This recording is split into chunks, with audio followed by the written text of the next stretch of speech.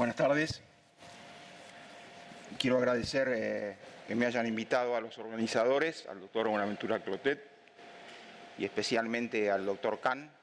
Realmente me emociona estar con él en un simposio. Trabajé 25 años al lado de él, así que fue uno de los periodos más, probablemente el periodo más importante de mi vida profesional.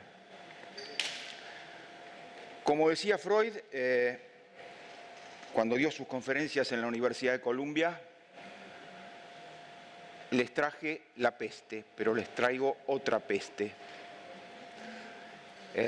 ¿Por qué digo esto? Porque les voy a hablar de otra epidemia, que la llaman hidden epidemic, epidemia oculta, que es el deterioro cognitivo por VIH o por HIV.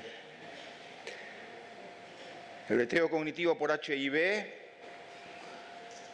atravesó por varias fases y les voy a mostrar algunas diapositivas básicas, pero no es para cansarlos ni nada, sino solamente para mostrar lo siguiente, que me sorprende a mí mucho que teniendo una entidad que ya tiene una neuropatogénesis conocida o lo suficientemente conocida, ya tiene una nosología bien establecida desde el 2007 y tiene un tratamiento que ahora lo vamos a discutir, que es relativamente eficaz o por lo menos, me refiero al tratamiento antiviral de alta eficacia a partir de 1996, nosotros hemos conseguido, o se consiguió en el mundo, prácticamente terminar con los pacientes con demencia por HIV. Ya no vemos tantos pacientes con demencia por HIV, vemos pocos, salvo en pacientes que no toman los antivirales o que empiezan muy tarde a tomar los antivirales. Ahí sí se puede ver, pero en la mayoría de las series mundiales esto no supera el 8%. Entonces, yo me estaba preguntando mientras preparaba esta clase y en base a la experiencia que tuve de 28 años en un servicio de infectología como psiquiatra, ¿por qué esta entidad era tan resistida por los clínicos? A lo mejor vamos a tener una pelea hoy a la tarde acá, espero que no, pero es una entidad resistida esta. Vamos a ver por qué, qué es lo que pasa con esto. Uno de los motivos es que esto tiene un diagnóstico que probablemente los infectólogos no confían mucho. ¿Por qué? Justamente por el paradigma diagnóstico por el paradigma de Frascati, por los criterios de Frascati, que fueron elaborados en el 2007, y que es un paradigma eminentemente cognitivo. Eso es uno de los defectos del paradigma. Desde el 2007 para acá, el grupo de Frascati no se volvió a reunir, que yo sepa, y no volvieron a revisar las categorías, que son tres, como ven ahí, ¿no? La primera, el ANI, el deterioro cognitivo asintomático, el MND, que es el deterioro cognitivo leve, moderado, y la demencia por HIV. Esas son las tres categorías que hay. Y esas tres categorías se diagnostican con estudios cognitivos.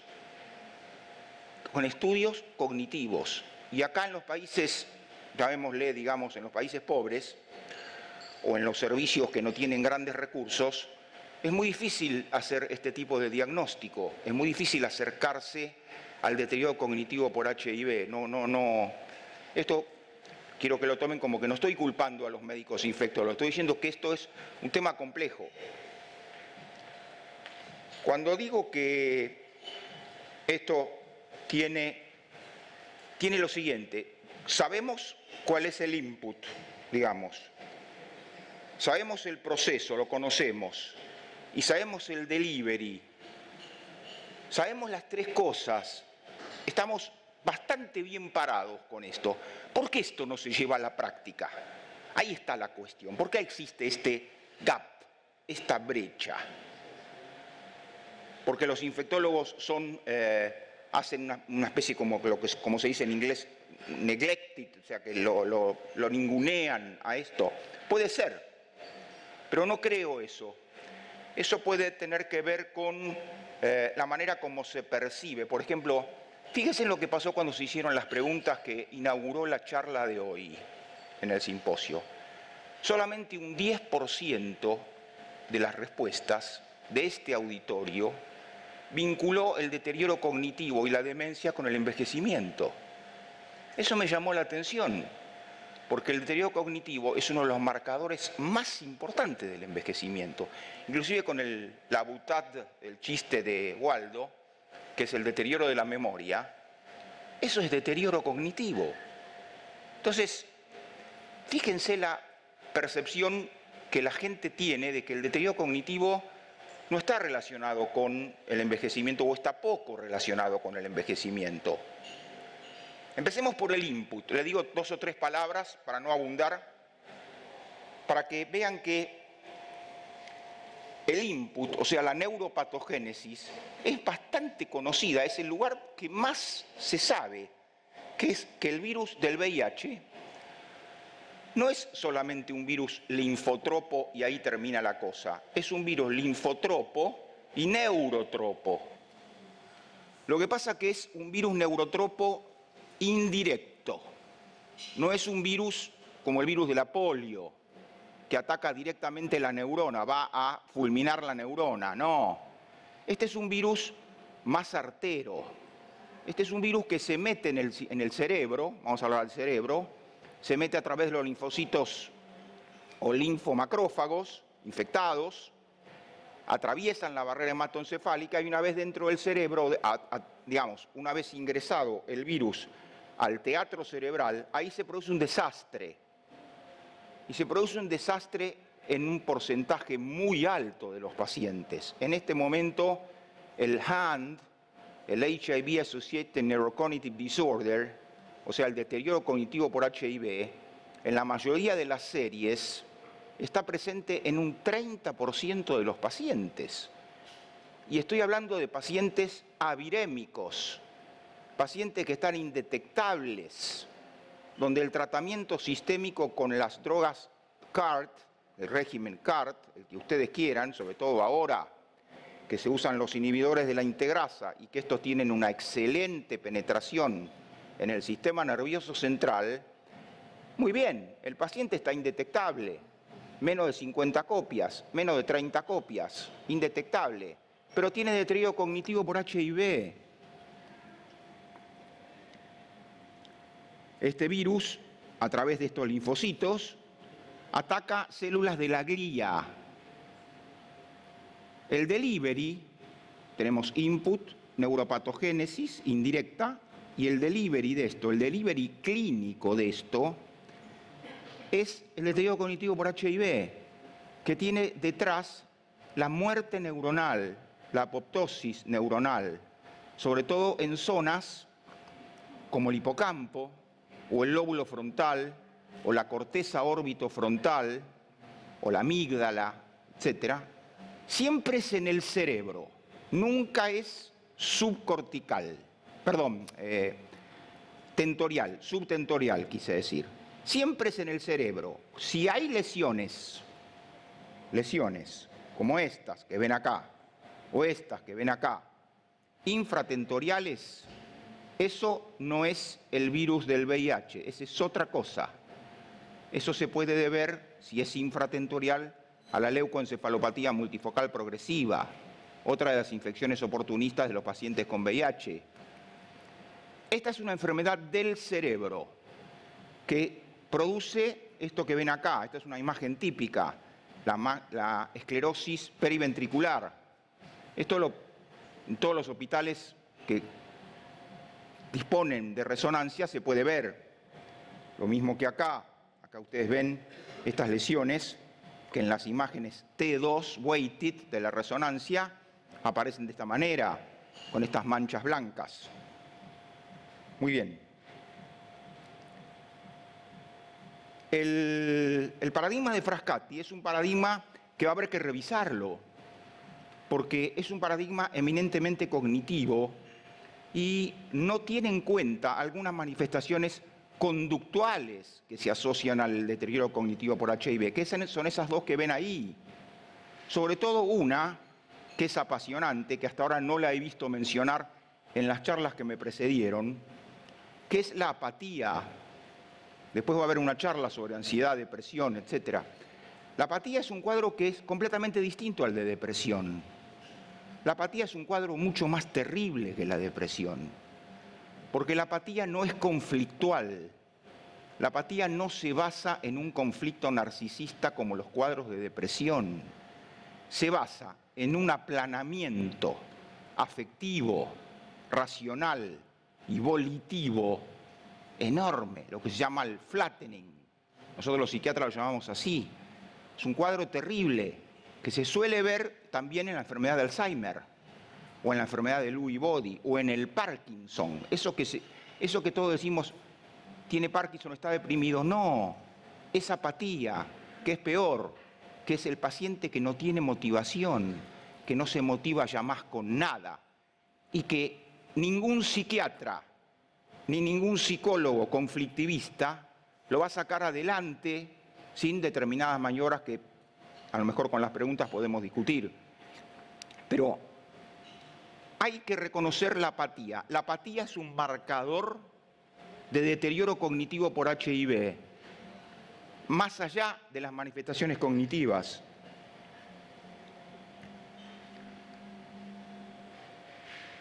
Les decía entonces que nosotros ya no vemos más, o casi no vemos más demencias, vemos muy poca demencia por HIV.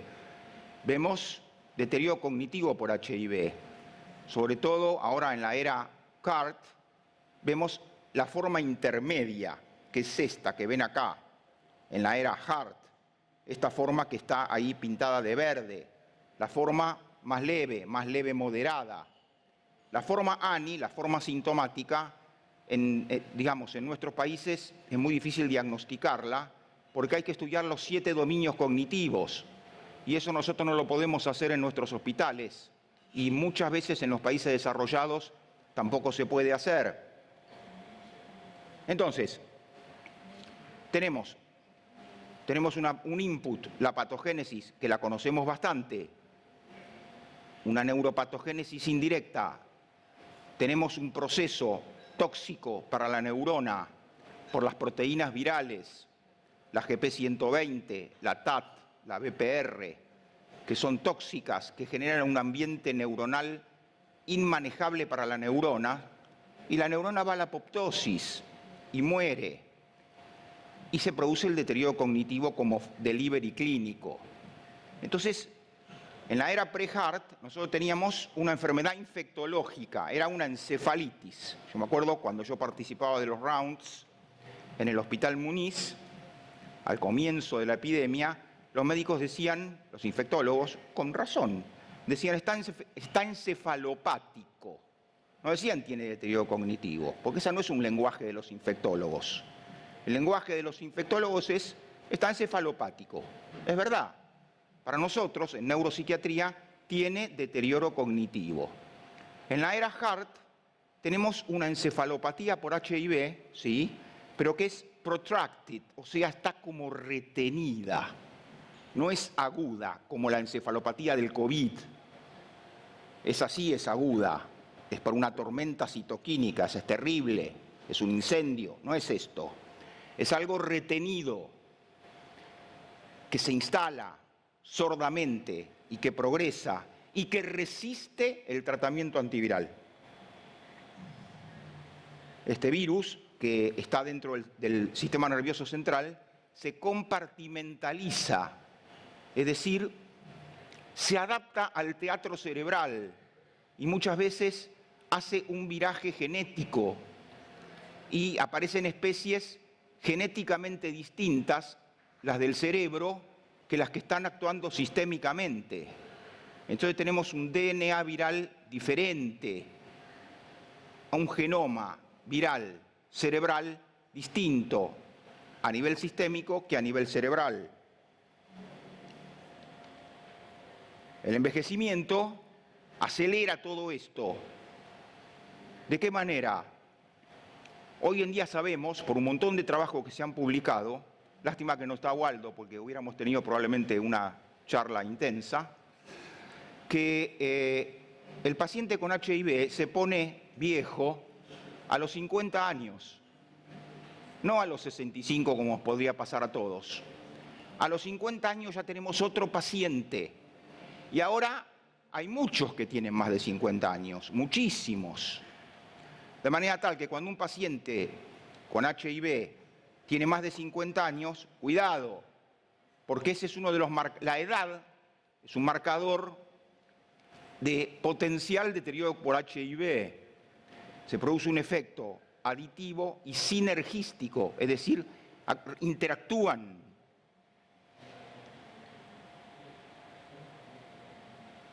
Resumiendo entonces, acá tienen ustedes un sumario de las manifestaciones patogénicas vinculadas con el deterioro cognitivo por HIV, donde aparece, ustedes ven al final, la edad. Aparecen otros factores, neuroinflamación, la toxicidad de los antivirales. Ahora vamos a ver esto con más detalle. Y bueno, vamos a entrar en tema rápidamente. Acá tenemos, ¿por qué traje esto? Porque ya tenemos un corpus de diagnóstico neurocognitivo ad hoc al HIV. Ya no tenemos que importar otras pruebas cognitivas de otros settings como Alzheimer, etc. Che, vos que tenés experiencia en Alzheimer, ¿le podés hacer pruebas cognitivas a este paciente? Ya no. ¿Por qué? Porque tenemos esta prueba fantástica, que es el International HIV Dementia Scale, que es la prueba, es un brief screen, es una prueba breve de 10 minutos que la puede tomar un residente sin faltarles el respeto. Por supuesto que la puede tomar un infectólogo, lo que pasa es que hay que sentarse y hacerlo. Son algunos pocos ítems que tienen un cutoff de 10, por debajo del cual yo puedo filtrar o hacer un screen o un pantalleo de que si el paciente rankea menos de 10, este paciente tiene que ser estudiado para demencia por HIV. Y un truco, les cuento, un truco. Si yo aumento el cutoff y lo llevo a 12 o a 11,5, por ejemplo, como hacen en Barcelona, doctor Clotet, hay un grupo que lo está haciendo, yo voy a tener un alcance mayor diagnóstico y voy a poder por ahí pantallar casos de MND, de deterioro cognitivo moderado por HIV, y no solamente el problema extremo de la demencia por HIV. Hay dos pruebas que se usan, el IHDS, como el que mencioné, y también el HDS, el HIV Dementia Scale, que tiene un ítem, es anterior, es unos años anterior, y tiene un ítem extraordinario, que es el enlentecimiento de los movimientos sacádicos, que no lo tiene el IHDS. El enlentecimiento de los movimientos sacádicos es prácticamente hoy en día considerado como un marcador de que algo cognitivo malo está pasando en el cerebro. Y eso nos abre una ventana a ir a estudiar el paciente. Y eso se determina en, yo diría, 3 minutos. Hay abundancia hoy en día de estudios para abordar esto de manera breve, rápida, inclusive hasta con tablets o con iPads. El médico lo puede tener en el escritorio y puede cargar la IHDS ahí, o puede cargar pruebas cognitivas ahí, como esto. Hay varios estudios publicados. Yo cuando me fui del hospital estábamos por armar una aplicación para diagnosticar deterioro cognitivo por HIV de manera cognitiva, solamente cognitiva. Pero a los infectólogos no les convence mucho esto, ¿Por qué? Porque, y con razón, porque ningún infectólogo le va a cambiar el tratamiento antiviral a un paciente solamente con pruebas cognitivas. Esto yo no lo he visto nunca, y yo trabajé 28 años en el hospital. Pero sí, nosotros, los psiquiatras, teníamos algún tipo de mordida con los infectólogos si nosotros les mostrábamos imágenes en la resonancia de las lesiones cerebrales que produce el HIV, ahí la cosa cambia. O si en algunos lugares más desarrollados aparecen marcadores solubles de invasión HIV del cerebro. Y hay uno de estos marcadores que me gustaría que vean ahí, el que está en tercer lugar, que es la proteína neurofilamentosa de cadena liviana, que la describió por primera vez en el 2006 Magnus Glissen, y él no acepta solamente el diagnóstico de encefalopatía por HIV o de deterioro cognitivo por HIV solamente con el paradigma cognitivo. Él exige agregar imágenes y este metabolito, que es un metabolito que indica deterioro axonal y que tiene una alta relación con la clínica. Es decir, que si ustedes trabajan en un hospital y el laboratorio les dosa el NFL y tienen resonancia y tienen un neuropsicólogo o una neuropsicóloga o un médico infectólogo que le interese el tema, ustedes van a estar en condiciones de hacer diagnóstico de deterioro cognitivo por HIV y ahí replantearse el tratamiento antiviral si esto se sostiene en el tiempo o progresa. Entonces, vayamos a una de las partes más sensibles de mi charla, que es que los antivirales nos han permitido salir de la demencia por HIV, lo cual no es poco. Los pacientes venían dementes, derrumbados en silla de ruedas. Antes del año 96, yo viví esa etapa junto con el doctor Kahn. Era una tragedia, fue una tragedia eso, porque vería gente de 25 años, de 30 años, de 28 años, de 40 años.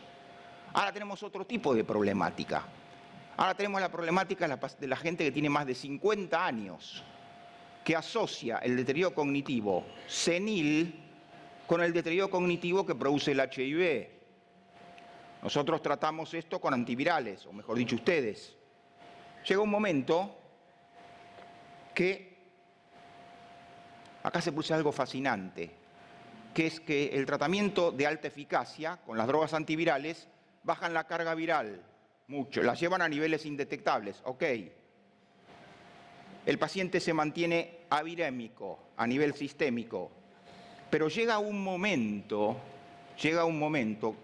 que la carga de los antivirales en el cerebro resulta neurotóxica. Y esto pasa con las drogas de alta penetración en el cerebro, como el dolutegravir. Acá tienen ustedes el ranking de drogas desarrollado por Scott Letendre. Hemos tenido con el doctor Kahn muchas discusiones acerca de esto, fueron fascinantes. Que en el 2017 lanzó este ranking, digamos, donde ustedes ven que el dolutegravir y el raltegravir tienen una gran penetración en el sistema nervioso central. Eso tiene la enorme ventaja que evitó que los pacientes se pusieran dementes, pero no borró la marca neurocognitiva de los pacientes con HIV. Hay una droga ahí que yo la rejerarquicé, que pienso que tiene mucho futuro en otros trials, que es el Maraviroc. El Maraviroc es una droga que probablemente haya sido dejada de lado por los infectólogos, pero tiene una particularidad sumamente interesante, que es que bloquea el receptor CCR5, no el receptor CCR5 sistémico, el receptor CCR5 de la microglia y de los astrocitos, de forma potente, y eso evitaría el ingreso del virus HIV a las células de la glía. Así que es una droga interesante cuando uno tiene que pasar de un régimen común a lo que se llama un régimen de neuroheart. Es decir, si el paciente está demente o tiene un deterioro cognitivo severo, el tratamiento antiviral tiene que ser corregido o amplificado.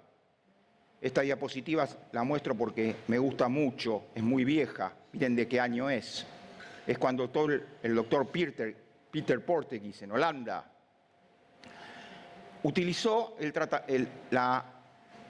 acetate para tratar pacientes con demencia. Y miren lo que se produjo. Se produjo una drástica caída de los pacientes con demencia por HIV con monoterapia con acetate en la era pre-HAART. Entonces, hay, como dice MacArthur, que es uno de los dementólogos referentes del mundo, que hay un gap en la terapéutica de los pacientes con deterioro cognitivo por HIV. ¿Qué es este gap, esta brecha? Que yo lo mando al paciente a la aviremia, lo torno indetectable, pero el paciente sigue con deterioro cognitivo por HIV y ese deterioro cognitivo por HIV no se queda quieto. Eso puede progresar y puede convertirse en demencia. Entonces, lo que tenemos que hacer es desarrollar otro tipo de marcadores. Tenemos uno extraordinario, que es el NFL, que yo creo que hoy en día debería ser gold standard de los marcadores de daño neuronal en pacientes con VIH. Tenemos que desarrollar trials, ensayos clínicos, para ver qué marcadores más confiables podemos usar. Y lo que tenemos que hacer en el futuro, si queremos erradicar la enfermedad HIV, no es solamente mandar al paciente a que esté indetectable, sino sacar el virus del cerebro. Hay que sacar el virus del cerebro, que es el reservorio número 1 del virus de la inmunodeficiencia humana. Acá tienen ustedes una especie como de workup que pueden usar ustedes en el hospital. El paciente tiene síntomas cognitivos y pasan a la fase siguiente, que es hacer test cognitivos. ¿Cuáles? Lo que yo les dije, la IHDS, con, por ejemplo, el cutoff aumentado, 11,5, o agregar otras pruebas, como el Trey-Melkin A o el Trey-Melkin B, que son pruebas que miden la flexibilidad psicomotora.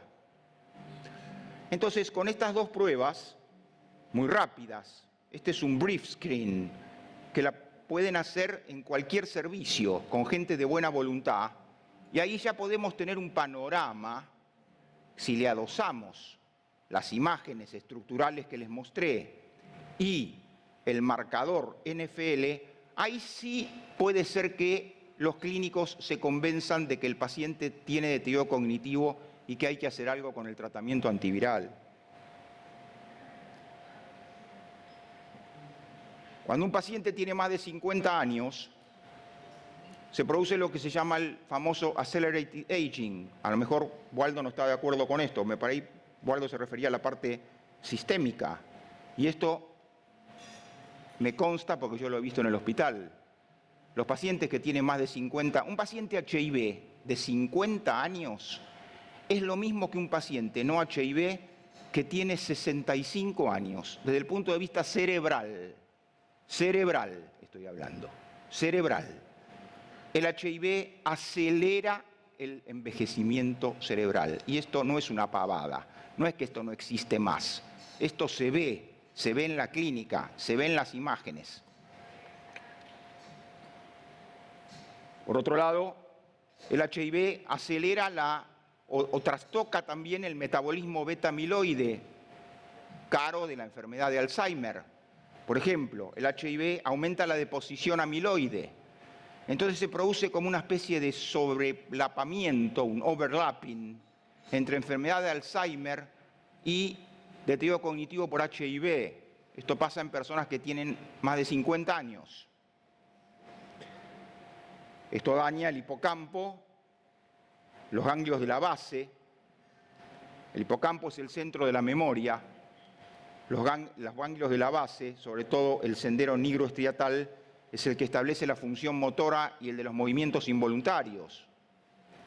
Entonces, tenemos una serie de elementos sinérgicos entre el HIV y el aging, el envejecimiento. Miren ustedes, acá se ve, si yo inicio el tratamiento antiviral mucho después del diagnóstico de VIH, tengo grandes posibilidades de tener HAND. Si lo inicio rápidamente, no. Las posibilidades de tener HAND disminuyen drásticamente. Entonces, les planteo esto, ya para ir terminando. Cuando un paciente tiene más de 50 años, tiene más de 10 años de infección por HIV, tiene más de un año de fracaso de la adherencia a los antivirales, o tiene directamente un fallo virológico, que lo lleva, por ejemplo, a lo que se llama el HIV CNS blipping, es decir, que el paciente tenga un escape del sistema nervioso central. O sea, el paciente está avirémico, pero tiene más de 50 copias en el líquido cefalorraquídeo. Ese paciente está en una situación de blipping. Y eso el blipping es causa de modificación del régimen antiviral.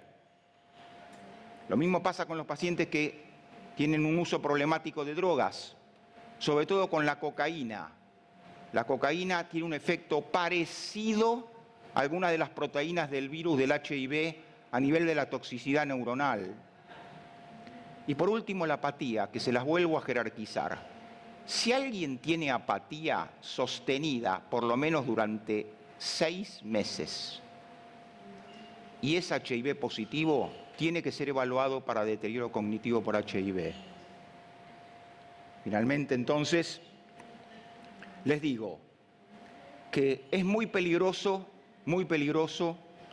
dejar a que el tratamiento antiviral haga su trabajo sistémico. Si hace su trabajo sistémico, las cosas van a ir todas bien. No van a ir todas bien. Van a ir parcialmente bien, pero el deterioro cognitivo no se va a resolver. Entonces, hay que tener en cuenta esto y, sobre todo, en los pacientes, concatenar estos datos en los pacientes que tienen más de 50 años. Entonces, si un paciente tiene un deterioro cognitivo podemos tener todos nosotros. Por ejemplo, yo tomé café recién para no tener deterioro cognitivo, porque por ahí la cafeína ayuda a el funcionamiento neuronal, creo.